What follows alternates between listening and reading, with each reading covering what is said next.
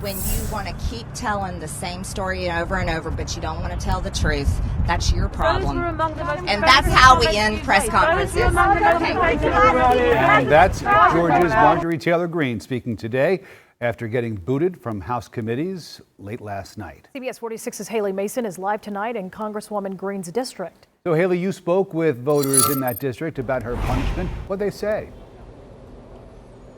Rick, it's very interesting looking into the split and how people view Marjorie Taylor Greene. Just under 230,000 people here in District 14 voted for her. That's just under 75%. And so that gap between her supporters and those who do not support her is wide.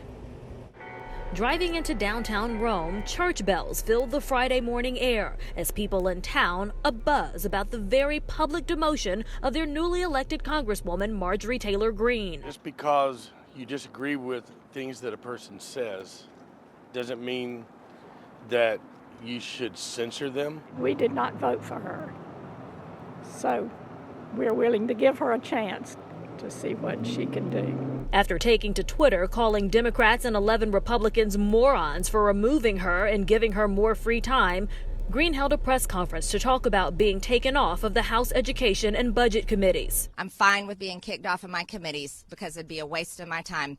Touching on a myriad of topics, from expressing regret on touting QAnon conspiracies to vowing continued support of Donald Trump. I want to tell you, Republican voters, support him still. The party is his. It doesn't belong to anybody else. Constituents who cast ballots for Greene stand by their vote. She won't apologize for anything, and I'm happy, I'm proud of her, and I think that her First Amendment has been taken away.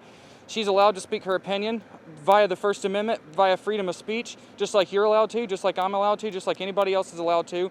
And I think the House of Representatives should be ashamed of themselves for what they've done to Marjorie Taylor Greene. But her name has become divisive as the opinions are split. This billboard in town is just a symbol of the constituents who want her to resign. And still others telling us they believe she'll represent them well, committees or not. I think the majority of Rome people, we love Marjorie. She's supporting what we believe in as the majority. So if I was on a committee, I'd be wasting my time because my conservative values wouldn't be heard, and neither would my districts.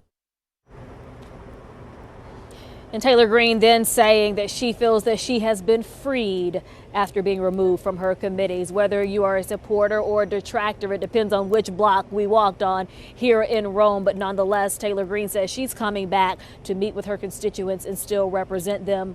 What her role will look like is yet to be determined. Reporting live in Rome, Haley Mason, CBS 46 News.